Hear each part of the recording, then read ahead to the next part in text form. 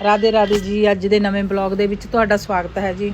ਅੱਜ ਲੰਚ ਦੇ ਵਿੱਚ ਆਪਾਂ ਬਣਾਉਣ ਲੱਗੇ ਸੀ ਗਾਜਰਾਂ ਮਟਰਾਂ ਦੀ ਸਬਜ਼ੀ ਬਣਾ ਕੇ ਆਪਾਂ ਨੇ ਜਾਣਾ ਸੀਗਾ ਜਿਸ ਥੋੜੀ ਸ਼ਾਪਿੰਗ ਕਰਨ ਲਈ। ਸਾਡੇ ਇੱਕ ਵਿਆਹ ਆ ਰਿਹਾ ਜੀ, ਤੁਹਾਨੂੰ ਅੱਗੇ ਵਿਆਹ ਦੇ ਬਲੌਗ ਦਿਖਾਵਾਂਗੇ, ਮੇਰੇ ਨਾਲ ਜੁੜੇ ਰਹੋ। ਤੇ ਉਹਦੇ ਲਈ ਥੋੜੀ ਜਿਹੀ ਸ਼ਾਪਿੰਗ ਕਰਨ ਲਈ ਫਿਰ ਅਸੀਂ ਅੱਜ ਸਿਮਰਨ ਦੇ ਨਾਲ ਮੇਰੀ ਭੈਣ ਦੇ ਨਾਲ ਅਸੀਂ ਗਏ ਸੀ ਖੰਨੇ ਅੱਜ ਸ਼ਾਪਿੰਗ ਕਰਨ ਲਈ। ਉੱਥੇ ਥੋੜੀ ਜਿਹੀ ਸ਼ਾਪਿੰਗ ਕੀਤੀ ਤੇ ਉਸ ਤੋਂ ਬਾਅਦ ਫਿਰ ਖਾਣ ਪੀਣ ਲਈ ਚਲੀਆਂ ਗਈਆਂ ਤੇ ਖਾਦਾ ਪੀਤਾ। ਉੱਥੇ ਬੈਠ ਕੇ ਬਹੁਤ ਸਾਰੀਆਂ ਗੱਲਾਂ ਬਾਤਾਂ ਮਾਰੀਆਂ, ਬਹੁਤ ਜ਼ਿਆਦਾ ਮਤਲਬ ਕਿ ਅਸੀਂ ਫਨ ਕੀਤਾ ਅੱਜ। ਤੇ ਖਾ ਪੀ ਕੇ ਜੀ ਜਦੋਂ ਮੈਂ ਵਾਪਸ ਆਉਣ ਲੱਗੀ ਤਾਂ ਮੈਨੂੰ ਅੱਜ ਉੱਥੇ ਮੇਰੇ ਨਾ ਇੱਕ ਸਬਸਕ੍ਰਾਈਬਰ ਮਿਲ ਕੇ ਉਹਨਾਂ ਨੂੰ ਬਹੁਤ ਜ਼ਿਆਦਾ ਖੁਸ਼ੀ ਹੋਈ। ਉਹ ਕੁੜੀਆਂ ਮਹਿੰਦੀ ਲਗਵਾਉਣ ਆਈਆਂ ਹੋਈਆਂ ਸੀਗੀਆਂ, ਅਸੀਂ ਸ਼ਾਪਿੰਗ ਕਰਨ ਲਈ ਖੰਨੇ ਗਏ ਸੀ ਤੇ ਉਹਨਾਂ ਨੇ ਬਹੁਤ ਜ਼ਿਆਦਾ ਮਤਲਬ ਕਿ ਮੇਰੇ ਨਾਲ ਗੱਲਾਂ ਬਾਤਾਂ ਮਾਰੀਆਂ। ਬਹੁਤ ਜ਼ਿਆਦਾ ਉਹਨਾਂ ਨੇ ਕਿਹਾ ਕਿ ਆਂਟੀ ਮੈਂ ਤੁਹਾਡੇ ਬਲੌਗ ਦੇਖਦੀ ਹਾਂ।